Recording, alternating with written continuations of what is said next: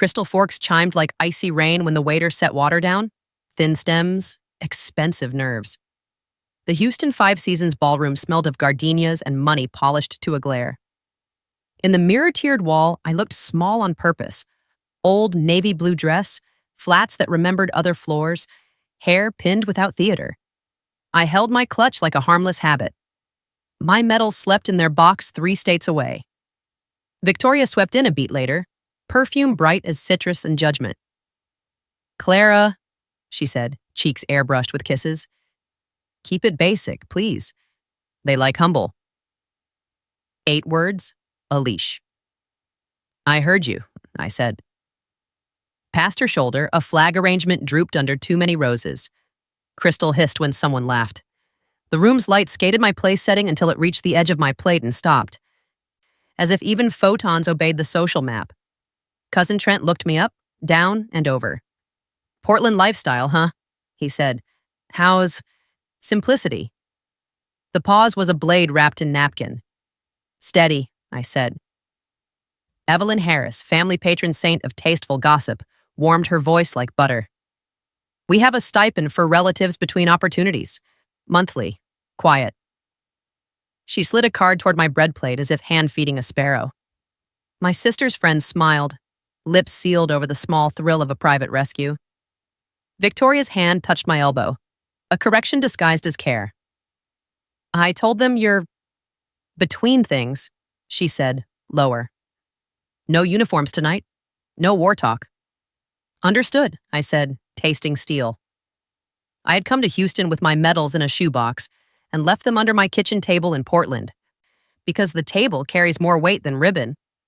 I'd packed an old dress, flats, and the compass Grandpa Walter used to set on the sill while he planed wood, needle correcting us both. Victoria had emailed twice. "Dress down." 3 times. "Please low profile." 4 times. "They like modest, you'll be a hit." Orders, but not my kind. I poured water. The ice clicked like distant rigging on a quiet harbor night. A waiter leaned in, silver domes steaming like small, obedient clouds. Someone near the head table said, "Asset class," and someone else said, "Tasteful." And I folded my napkin with care, corners squared to the plate's rim. A compass rose nobody saw. The first pity volley landed with a smile. "Do you need help finding work?" a brother-in-law asked. "There's a non-profit network, entry level." "I'm fine," I said. A goddaughter introduced her fiancé and waited for me to be impressed by a title. Regional. He had a handshake like a damp resume and a suit that didn't want to be worn by him. He asked what I did in Portland. "Consulting," I said. "Security." "For apartments?" he said. "For nations," I thought. "For people," I said. Victoria's jaw made the small muscle I knew from childhood, her theater of control. "Clara's keeping it simple," she said brightly to the table as if I were a decorative candle that looked best unlit. "She loves her little life." The room tasted of hollandaise and performance. Conversation lifted and settled like a flock bullied by a hawk. I touched the seam of my clutch and felt the slick envelope inside. My own card, clean fonts, a number that rang a secured line. I kept it sheathed. The wound started on a porch in Portland where the rain writes cursive on windows. Retired Navy Lieutenant Commander, 10 deployments. I kept the ribbons in a plain box because metal can shout at the wrong time. I kept a small apartment with a view of a park where kids learned bicycles and failure. I consulted on ports, hospitals, sometimes companies Victoria named at Sunday brunch without knowing their bones. I lived small because quiet lets a person hear their own orders. Victoria never liked quiet. She liked silhouettes against skyline glass, liked when a waiter refilled her water before it ran dry, liked to treat a family like a showroom. "We're all succeeding," she'd say, meaning matching. She'd send emails before gatherings like dress codes for a war on embarrassment. "No uniforms, Clara. It makes people uncomfortable." The first time, I'd laughed. The third time, I realized she meant it. I let her. "You don't teach a fish about water during the swim." At the table now, Evelyn's hand found my wrist, light as a charity receipt. "I can wire by Monday," she said softly. "Just say the word." Save it for a veteran who needs it, I said. She smiled, not hearing. You're proud. It's sweet. From the stage, a cousin clinked a glass for a toast. The microphones made a small, startled squeal. The chandelier overhead emitted that warm dust smell expensive light bulbs get, money burning invisibly. Victoria stood. To family, she said, hit her mark, through the line. We lift each other. We keep standards high. She let her gaze graze me as if I were a lesson. Laughter, applause, the room a tame sea. She sat satisfied, the crest tidy behind her. The waiter placed entrees. A friend leaned past me to whisper to Victoria, forgetting I had ears. She's sweet, she said. At least she's not, you know. A hand fluttered in the air, sketching debt. Victoria replied with 7 soft words designed to bruise without leaving fingerprints. She's fine. She knows her place. I cut asparagus with the precision reserved for field dressings. In the mirror of a spoon bowl, my mouth was a straight line I trusted. I could have opened the clutch and laid my compass by the name card. I could have let a metal flash. I could have corrected the map with coordinates and a bank account. Instead, I collected the room's assumptions like evidence. People reveal themselves best when they think they're unseen. Someone asked if I'd flown in coach. Always, I said, which was true and not the point. Someone else offered me a contact who does resume polishing for quieter careers. The pause was kindling. The match was the check. It arrived as a leather folder, discreet as a threat. The waiter set it by Victoria's elbow like a ritual bowl. She glanced, blinked, slid it toward Trent with a chuckle that said, "Pass the offering plate." I reached. The leather felt cool and slightly greasy. A servant that knew too much. I opened, scanned, and saw the room's math add up to a number that would have rattled my sister's bracelets. My hand didn't shake. "Let me," I said. Victoria laughed, too bright. "Clara, no," she said. "You don't." I placed my card on the tray. "It's covered," I said, calm as tide. "All of it." The waiter read the name like a secret prayer and revised the room's weather. The card wasn't plastic you toss, it was a key that opens doors most people only photograph. He vanished, his shoulders squared. Silence lifted its head. It looked good on them. Victoria's smile cracked a hair. "What are you doing?" "Math," I said. Evelyn clutched her pearls, actually. It made a satisfying click. "Clara, dear, we can pool." "No need," I said. In the mirror wall, faces lengthened, then composed. The crystal no longer chimed. It listened. I set the compass of my voice to gentle north. "I'm a retired Navy officer," I said. "I consult on security. I chose a quiet life, not a small one." Victoria's fork slipped and kissed china. A clean, incriminating sound. The chandelier hummed, light steady, heat honest. Across the table, Amelia, Victoria's daughter, held my eyes a beat longer than the rest. Something like relief moving across her features. She hid it with practice. Then she failed to hide it, on purpose. The waiter returned with the filed check and the room rearranged itself around a new coordinate I didn't intend to celebrate. I lifted my water. The glass felt like a bell before the strike. I didn't toast. I let the quiet ring. Rain stitched my Portland window in slant lines, the kind that soften a city into something honest. The apartment held the clean smell of coffee and laundry soap. The old dress hung from the back of a chair like a quiet dare. On the kitchen table, scarred pine, rings from 100 mugs. I set the metal box and the compass Grandpa Walter had left me. The needle trembled once, then went still. A small certainty in a room that didn't ask for any. Victoria's emails stacked like commands on a parade ground. Subject, dress code. Keep it basic, no uniform, subject. Guests, please, low profile. They like humble. Subject, seating chart. Don't bring props, no war talk, props. I touched the metal ribbon through thin velvet and felt heat rise, then cool. I closed the box, slid it into a drawer by the stove where I kept matches and recipes. Some honors feed the room just by staying put. I brewed another cup, steam fogging the glass. A florist knocked, card and flowers. white lilies that smelled like new money. The note, unmistakable Victoria, for the banquet. Neutral is tasteful. I set the vase on the counter, then moved it to the floor, then back, undecided whether their beauty was a gift or a leash. Mini-turn came in the form of a charity auto email that hit my inbox 30 minutes later. From Evelyn Harris Foundation. Subject, opportunity for transition support.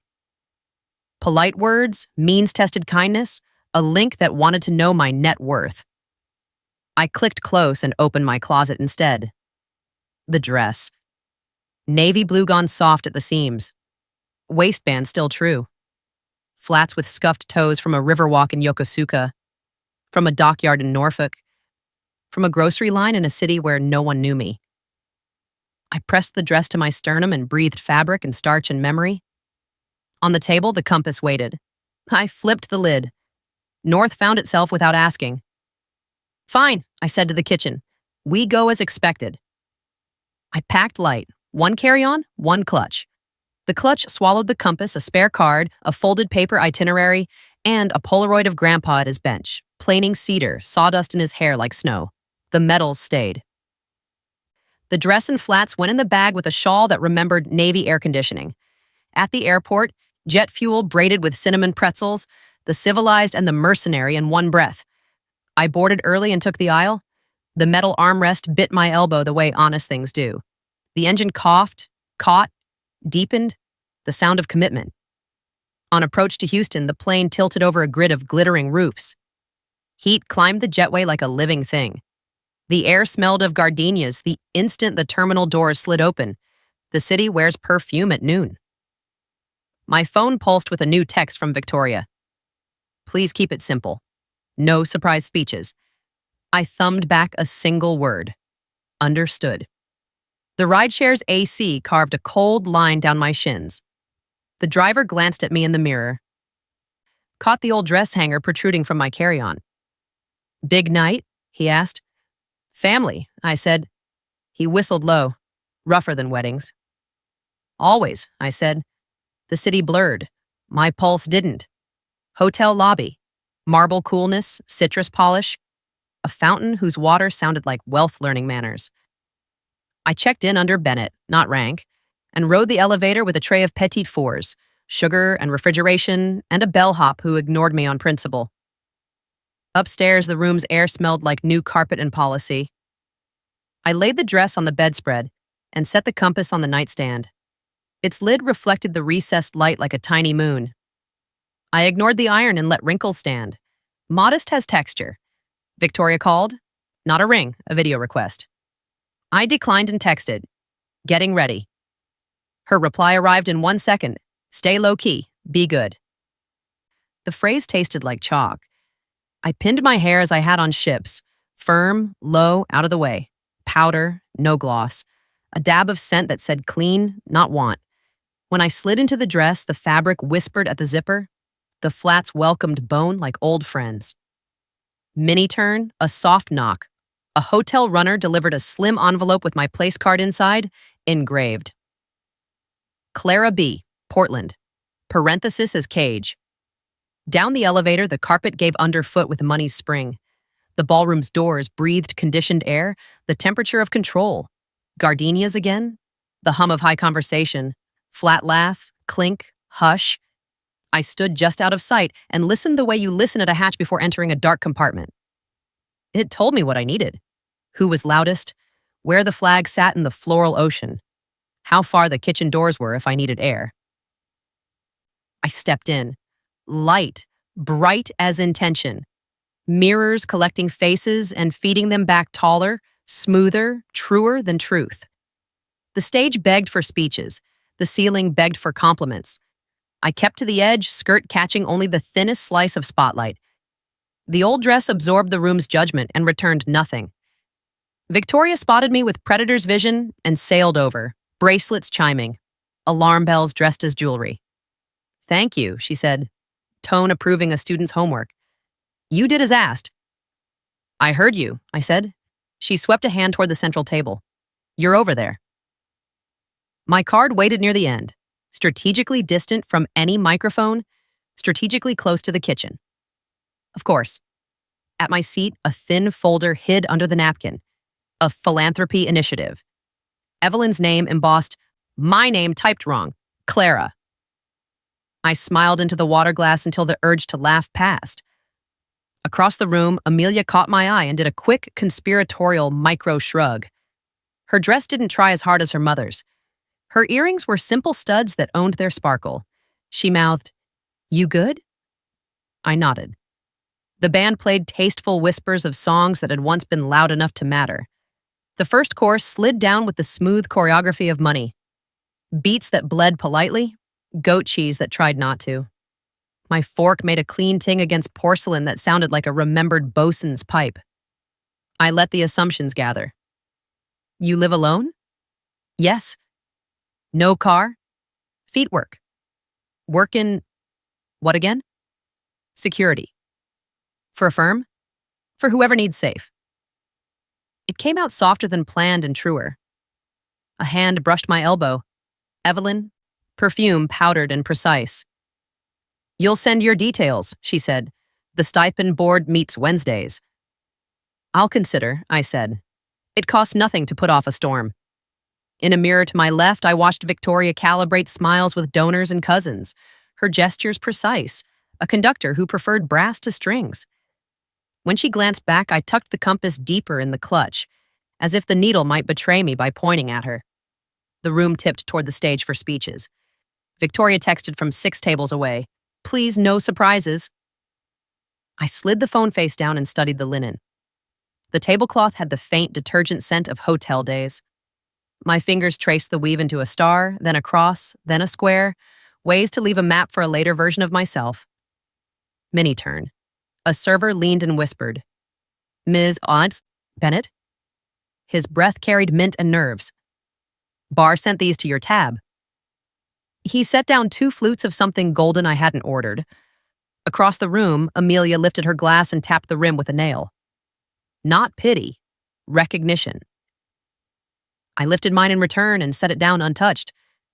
The ballroom swelled and then quieted, the collective lung of people performing belonging. A microphone squeaked, then behaved. Victoria rose, smiled like lacquer, and the lights warmed 2 degrees, as if to flatter her better. I measured the distance to the leather folder where the bill would land. I measured the distance between who they thought I was and who I'd brought with me across a continent in a clutch. My compass lay hidden, lid shut, needle already knowing which way this would go. The moment before a toast is the stillest sound in the world. All silverware hovers, all talk waits for its chance to resume, and the air feels stretched tight enough to hum. Victoria loved that silence. It was her stage light. "Family," she began, the word plated in polish. "We're gathered to celebrate success, legacy, perseverance." Her voice bounced politely off glass and chandelier. "I'm so proud of everyone here, especially those of us who never stopped aiming high." Her gaze found me at the end of the table like a searchlight that wasn't supposed to find survivors. "Clara," she added, tone syrup sweet. "Even the simplest lives teach gratitude." Applause. Shallow, uniform, disposable. I smiled the way sailors smile through storms, minimal and real only to the teeth. "Cheers," I said softly and lifted my glass. The fork clinks resumed. Conversation splintered back into smaller storms. Across the table, Amelia tilted her head slightly. Her look was not pity, but curiosity. A mind comparing maps. Mini turn. Evelyn leaned closer.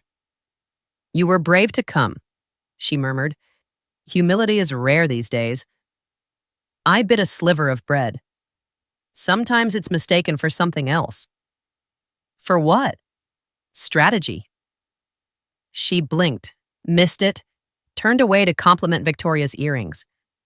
Dinner unfolded like a rehearsal of values. Laughter scripted, wine cues perfectly timed. The waiters moved in military precision. I doubted anyone else noticed. I caught their nods. That subtle service solidarity. Unseen does not mean unworthy. Victoria told a story about her latest real estate win. A shopping plaza that redefined visibility. Every adjective she used could have been swapped for control. When someone asked about my work, she jumped in before I could breathe. Clara's between things, she said. She consults. Very simple life. I let the line rest there. The air above the table tasted faintly metallic. The lawyer cousin chimed in. You could always join one of Vic's ventures. Family discount. He laughed, too loud, too long, like applause waiting for a cue. I prefer quiet projects, I said. What kind? The kind that keep people alive, I said, and sliced through my steak with a calmness that looked like surrender but wasn't. Amelia smiled behind her napkin. She'd caught the precision. Another course, another chance for pity. Evelyn whispered, Do you have a, what's the word, partner? Yes, I said. Oh, what does he do? She's a trauma surgeon, I said. Evelyn's fork froze midair. Oh, how modern. She stammered and looked at Victoria for backup. Victoria smiled thinly, a diplomat in damage control. Clara's open-minded. Experienced, I corrected. The conversation skidded. The chandelier hummed louder to fill the gap. Mini turn. The band shifted to jazz. Waiters cleared plates like erasing history. The scent of butter and lemon lifted off porcelain, replaced by coffee's dark promise. Amelia slipped away from her seat and circled behind the tables, glass in hand. She paused by me, leaned low. You knew this would happen, she whispered. I counted on it. Why? Maps don't change until you draw new lines. She studied me. You're not mad? Mad's noisy, I said. Truth isn't. She returned to her seat, eyes different now, something young recognizing the horizon beyond its house. Victoria's husband, Charles, stood next. To family businesses, he declared, his voice thick with inherited confidence. The room chorused again, obedient. My water glass caught the reflection of the flag in the far corner, purely decorative, part of the ballroom's patriotic theme. But the cloth stirred faintly in the AC, enough to break the illusion of stillness. That flag had seen men and women fall for quieter causes than ego. In my lap, the clutch was warm. I ran a thumb over the compass lid, feeling the engravings Grandpa Walter had worn smooth. Find true north, even indoors. The waiter appeared again, uncertain. Ms. Bennett, he said softly. The check. Who should I give it to? Here, I said. He hesitated, glancing at Victoria. She said her sister's got it, I added, loud enough for the nearest table to hear. Victoria blinked. Clara, don't. I raised a hand gentle. It's fine. The waiter nodded, relieved. He left. The whisper spread. She's paying. Victoria's posture straightened, then stiffened. That's unnecessary. I know. Then why? Because you taught me presentation matters, I said, soft as a hymn. Laughter died. The room's hum wavered. I pulled the compass from the clutch and set it beside my plate. The metal caught the chandelier's light and threw a small sun onto the linen. This was Grandpa's, I said, not loud, but every word carried.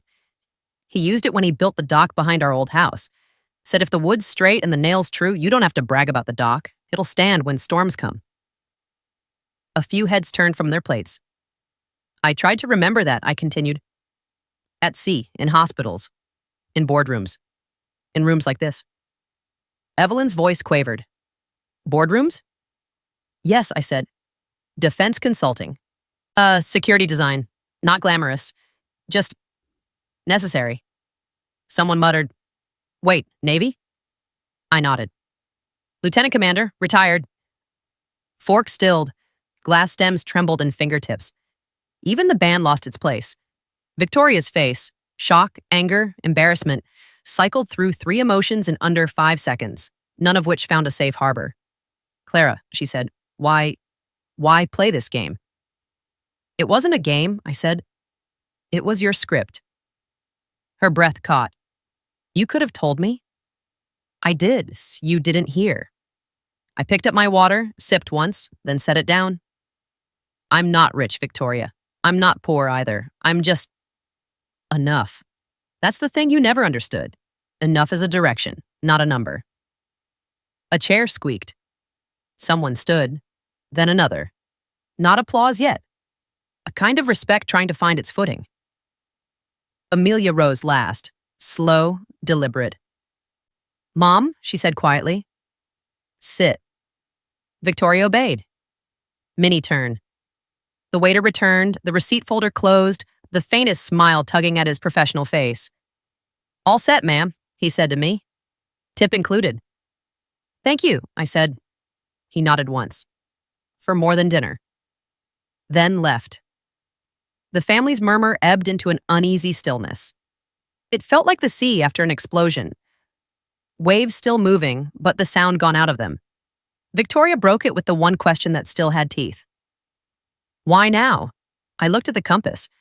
The needle had found its north, unwavering under chandelier glare. Because this family needed a true reading. Evelyn folded her napkin, trembling. "My dear, I'm so sorry." "No need," I said. "You offered what you thought I lacked. That's all any of us do until we learn better." Across the table, Amelia smiled. Quietly, gratefully. The band struck up again, but half-heartedly. Laughter tried to restart and failed. Someone at the far end clapped once, then stopped, realizing it wasn't that kind of moment. Victoria exhaled, long, measured, as if releasing decades of habit. "You embarrassed me," she said. "Maybe," I said. "Or maybe I freed you." She blinked. "From what?" "Pretending success can hide the cost of losing yourself." That landed. The chandelier dimmed slightly as if to listen. She stared at the compass, then away, then back again. "I didn't mean to." "I know. Make you small." "I know that too." Then I stood. The room's light shifted.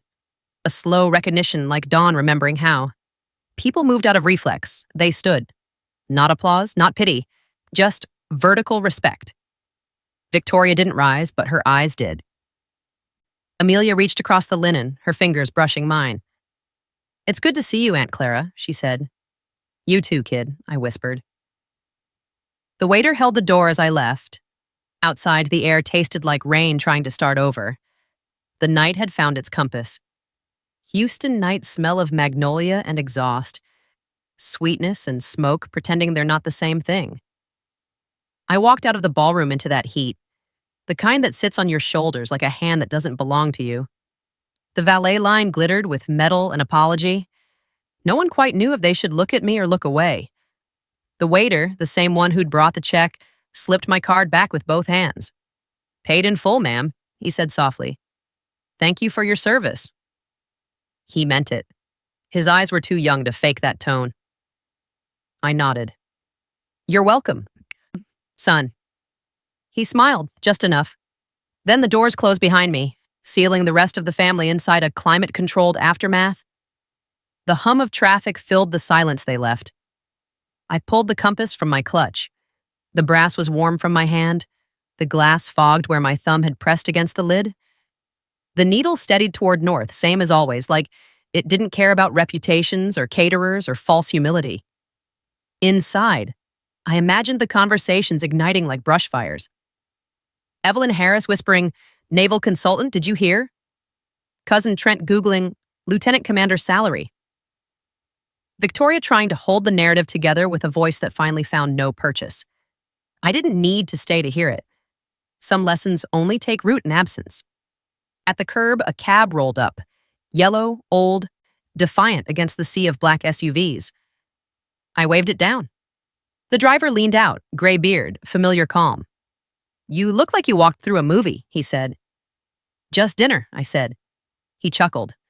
Dinner must have had good dialogue. I smiled, sank into the cracked leather seat. The air inside smelled of mint gum and memory. "Airport Marriott, please." He nodded, turned the meter, and pulled into traffic. Streetlights flicked past like a slow Morse code. My phone buzzed, insistent. "Victoria." "Victoria, you didn't have to do that." "Clara, apparently I did." "Victoria, you made me look cruel." "Clara, you made yourself look curated." The typing dots blinked, then vanished. I switched the phone off. The cab driver caught my reflection in the mirror. Family fight? Family education, I said. He laughed under his breath. Tuition's always high. By morning, Portland's gray sky felt like a benediction. I poured coffee into the chipped mug I'd carried across 3 bases and 2 decades. The kitchen table bore its usual clutter: folded newspaper, the compass, a vase with wilted lilies I'd brought back on the plane. The flowers leaned like old soldiers but refused to fall. I flipped open my laptop to an inbox stacked with digital echoes. Amelia's email, short and unsure. Victoria's, long and rhetorical. Evelyn's, florid and full of self-forgiveness. I read none of them fully, just enough to sense tone. Apology, awe, confusion. The digital world's holy trinity after exposure. Mini turn. A new message, subject line plain. From Amelia Adams. Subject: I saw you. It read, Aunt Clara, thank you for not hiding. I've been trying to breathe in a house that doesn't allow air. Last night, for the first time, I saw what peace looks like. Amelia, I read it twice, then a third time. Outside, the rain made a slow percussion on the balcony railing. I picked up the compass. That's north, kid, I murmured. That's the direction you follow when rooms start shrinking. The next envelope came a week later. Real paper, real ink, postmarked Houston. Inside, a card. I shouldn't have asked you to shrink, Victoria had written. The truth didn't humiliate me. It showed me how small I've been living. I want to start again. It's with less stage, more family. Folded into the card was a single photograph, the banquet table after I left. Half-empty glasses, napkins crumpled, the compass glow reflected in the mirror wall. Amelia smiling. Victoria mid-laugh, but softer than I remembered. Not triumphant, human. I slid the photo under the compass on my table. The brass caught sunlight from the window and threw it back across the photo's edge. Mini turn. The doorbell rang. A delivery, a small box of tulips, white and pink, sent fresh and earnest. The card read, From Victoria and Amelia. Let's eat at your table next time. My table, not her ballroom. I cleared the clutter, laid the compass in the center like a candle, and thought, maybe. When they came 2 weeks later, I kept the setting simple. Coffee, roasted vegetables, bread still steaming from the oven. The apartment smelled of time and sincerity. Victoria walked in first, no perfume heavy enough to hide her nerves. Amelia followed with a grin that reached both eyes. Victoria glanced around. This is smaller than I imagined. That's the point, I said. She sat, smoothing her skirt out of reflex. I keep seeing your face at the banquet, she said quietly. Everyone was standing, and I realized I'd never stood for you, not once. I poured coffee into her cup. You don't have to now, just sit honestly. Amelia laughed softly. That's her version of forgiveness. We ate without scripts. The clatter of forks sounded different in small spaces, closer to truth. Victoria asked questions she hadn't dared before. What's it like to command people? Harder than being right, I said. Easier than lying. She nodded, understanding more than I expected. I kept thinking, she admitted, you were ashamed of not having things. I just had different ones, I said. A compass, a ship, a spine. Her laugh cracked, half sob. I deserve that. Not today, I said. The silence afterward wasn't awkward, it was work. New language forming. Amelia broke it first. Mom, she said, Aunt Clara's compass, can I see it? I handed it across. She turned it in her palm, the needle quivering, then settling true. It's beautiful, she said. It's honest, I said. Victoria touched it lightly. Dad had this on his desk when we were kids, she murmured. I used to think it was decoration. He built truth with it, I said. He measured his words by it, too. Amelia placed it back in the center of the table like a crown. We should keep this tradition, she said. What tradition? I asked. Eating without pretending. I smiled. That's the only one worth keeping. After they left, the apartment held the ghost of laughter and tulip scent. I washed the dishes by hand, each plate a small act of grounding. The compass stayed open beside the sink, north steady even when water splashed across its face. As I dried my hands, the phone buzzed again. A text from Amelia. Wedding in spring. I want you to walk me down the aisle. You're the only compass I trust. I typed back. Honor's lighter to carry when you share it. Night settled softly. The lilies had finally fallen. The tulips stood in their place. I set the metal box on the table beside them. Not open, not hidden. Simply present. The rain returned, a steady percussion over the city. A familiar navy rhythm against glass. I made tea, sat, and opened my journal. First line. Money can buy the meal, but not respect. Then below it, dignity never needs applause, just to be chosen. I traced the compass needle one last time, the brass cool under my fingertips. Somewhere in Houston, a family learned to breathe differently. Somewhere ahead, a wedding waited. And somewhere inside, the room that used to shrink finally expanded enough to hold us all. Spring arrived early that year, as if the world wanted a second chance too. Portland's rain softened into light drizzle, the kind that blesses rather than scolds. The compass lay open on my kitchen table beside an envelope addressed in Amelia's clean, deliberate handwriting. Wedding, June 14th. The invitation smelled faintly of lilac and ink, and the edges were smudged where she'd sealed it with nervous fingers. At the bottom, under the neat typography, was her note. Walk me down the aisle. Bring Grandpa's compass. I smiled at that, a small, bright ache. The church sat just outside Houston, old brick and white shutters. The morning light pressed through stained glass in bands of red and gold, painting the pews like a memory trying to make peace. People filled the space in murmurs and perfume. The air carried the warm anxiety of family pretending everything was fine. When I arrived, Victoria met me at the door. She was dressed in understated navy, no sequins, no performance, and her hair was pinned with quiet discipline. She held a bouquet of lilies and tulips together, the scent so strong it felt like a conversation. You made it, she said, breath catching. I promised, I said. Her eyes glistened before she spoke again. I told them you were walking Amelia down the aisle. No one argued. That's progress, I said. She laughed softly. You know, the florist asked why I wanted tulips instead of roses. What did you tell them? That tulips stand without thorns. I smiled. The first genuine one between us in years. Minnie turned. The music started, a slow hymn played by a single cello. Amelia appeared at the back of the church, veil lifted just enough for me to see her calm, deliberate smile. She wore no diamonds, only a small compass-shaped pin at her waist. She slipped her arm into mine. You sure you're ready for this? I asked. She nodded. You led men through storms, Aunt Clara. I just need to get to the altar. That's all navigation is, honey, I said. One honest step at a time. We walked. Every heel click echoed against the old wood. Every face turned. I could feel the family's breath shift. Old tension, new reverence. At the halfway point, I glanced up at Victoria. She stood in the front pew, hands folded around the tulip bouquet, eyes soft. She mouthed, "Thank you." And for once, she didn't mean for show. When we reached the altar, I placed Amelia's hand into her groom's. The priest began, but I barely heard him. The sunlight hit the compass pin, scattering small stars onto the stone floor. It looked like direction itself was giving its blessing. After the ceremony, we spilled into the garden, trimmed hedges, laughter, champagne fizzing like new beginnings.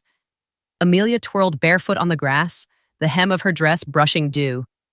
Victoria came up beside me, still holding the lilies, her expression half pride, half penance. You were right, she said quietly. About what? About enough being a direction, not a number. She looked out at her daughter, then back to me. I've been chasing north on someone else's compass for decades. Good news, Yam, I said, hard, you still get to recalibrate. She laughed, shaky, honest. I don't deserve you. Deserves the wrong word, I said. Family isn't earned. It's maintained. The wind caught the tulips, brushed their petals against her wrist. For the first time in years, she didn't flinch. Minnie turned. The photographer called for a family shot. The old hierarchy hesitated. Who stands center, who steps aside? Victoria looked at me, then motioned me next to her. Right here, she said steady. Beside me. When the flash went off, I felt something loosen. Not victory, not even forgiveness. Something cleaner. Balance restored. Afterward, as guests drifted to the buffet, Amelia pressed a small velvet pouch into my hand. Open it later, she said. It belongs to you. I slipped it into my clutch beside Grandpa's compass and the folded napkin from that night in Houston. The one I'd written my final thought on, in case I forgot it. That evening, the reception shifted from formality to laughter. Someone played old swing records. A few kids ran between tables chasing a paper plane. The smell of roasted peaches and vanilla floated through the open doors. Victoria took the microphone once everyone had eaten. Her voice shook, not from nerves but from effort, the effort of telling truth for the first time in public. I used to think success was the sound of people clapping for you, she said. Now I know it's the sound of someone telling you the truth and staying. She turned toward me. Clara stayed. Even when I didn't deserve it. The crowd fell into the hush that only sincerity can buy. Then they stood, not in frenzy, but in simple acknowledgement, the kind of respect that doesn't need a cue. Amelia, eyes shining, mouthed, "Stand." It wasn't applause, it was understanding. Later, when the music softened and people began to leave, Amelia found me by the rose hedge. She handed me a glass of sparkling water. No champagne, no toast needed. Open the pouch, she said. Inside was a small brass compass, newer than Grandpa's, engraved along the rim. For Clara. True north is who you are.